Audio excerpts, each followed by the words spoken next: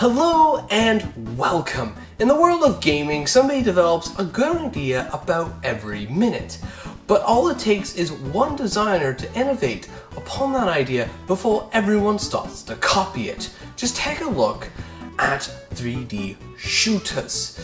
Before Wolfenstein 3D and Doom, 3D shooters did exist, but were not as popular.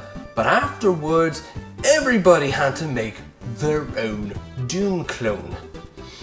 And it's not just limited to gaming software. Hardware has its fair share of it. Just take a look at the analog stick.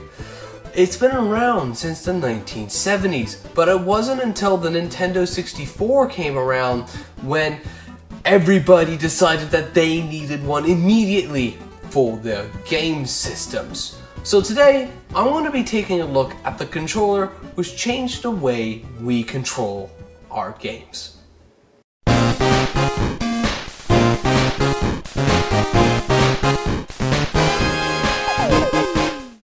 Check out Kid Kong from us at 16-Bit Games. It's a simple arcade game with a unique controller that allows you to play in both landscape and portrait. It's available for free on Android, so check it out in the links in the description. The Nintendo 64 controller came about when the head of Nintendo R&D 3, Genyoka Takeda, challenged his mechanical engineers to try to think of new controller ideas for the Nintendo 64. You see, Nintendo wasn't asking for a standard controller. As Mr. Takeda said it best, Nintendo sets new standards for controllers.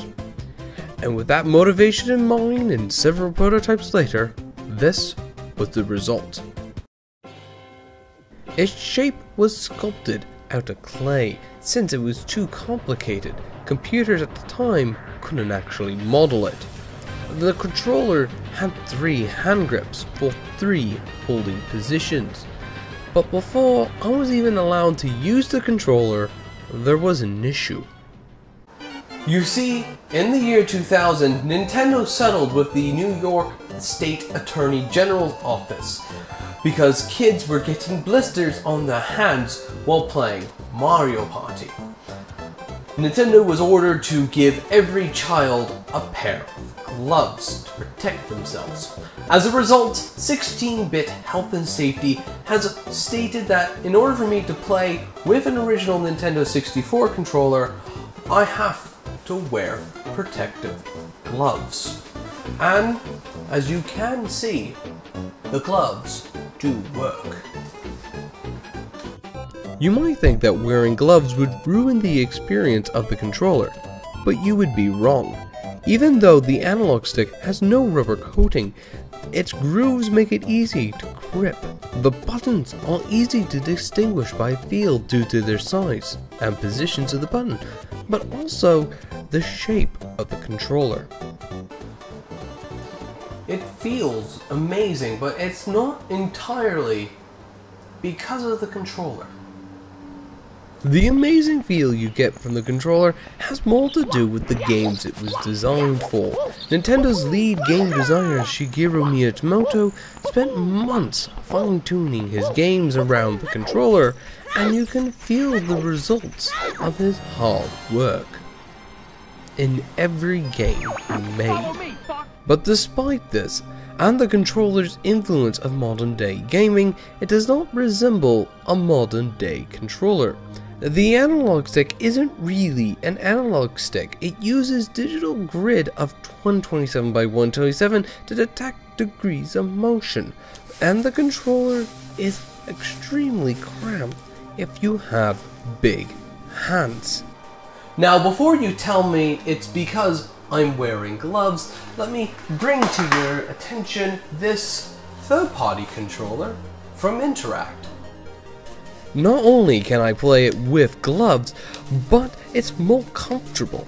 The analog stick feels smoother, and I can use all of the same accessories.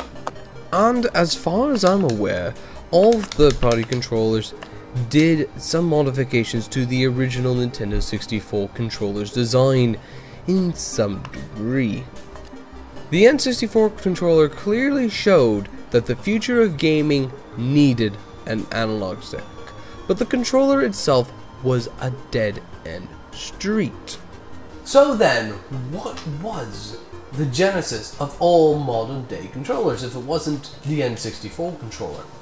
Well, you see, by the end of 1996, all the pieces were there. In April, Sony released the PlayStation Analog Joystick, which used potentiometers.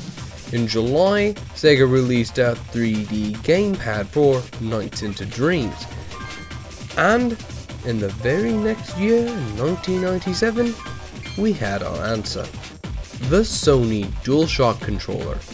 Sony used the same potentiometer from their analog controller with the same size thumb pads as the Sega 3D control pad and the shape of the N64 analog stick with its built-in vibration like the N64 rumble pack.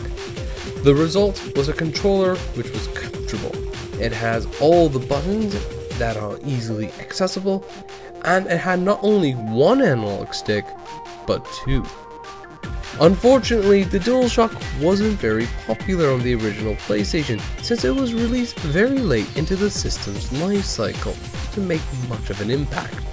However, its design was used in its younger brother, the DualShock 2 controller, for the PlayStation 2, which took the world by storm.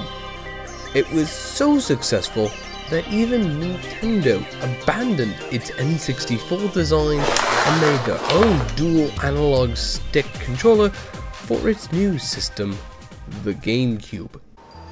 But the N64 controller was the beginning of all of this. It showed us that if you were making a game system that has 3D games on it, you needed an analog controller in order to play, and the gaming industry agreed with them. They might not have agreed with the way that Nintendo did the analog controller, but they agreed it needed to be there in the first place. But anyways, thank you guys for watching, and take care.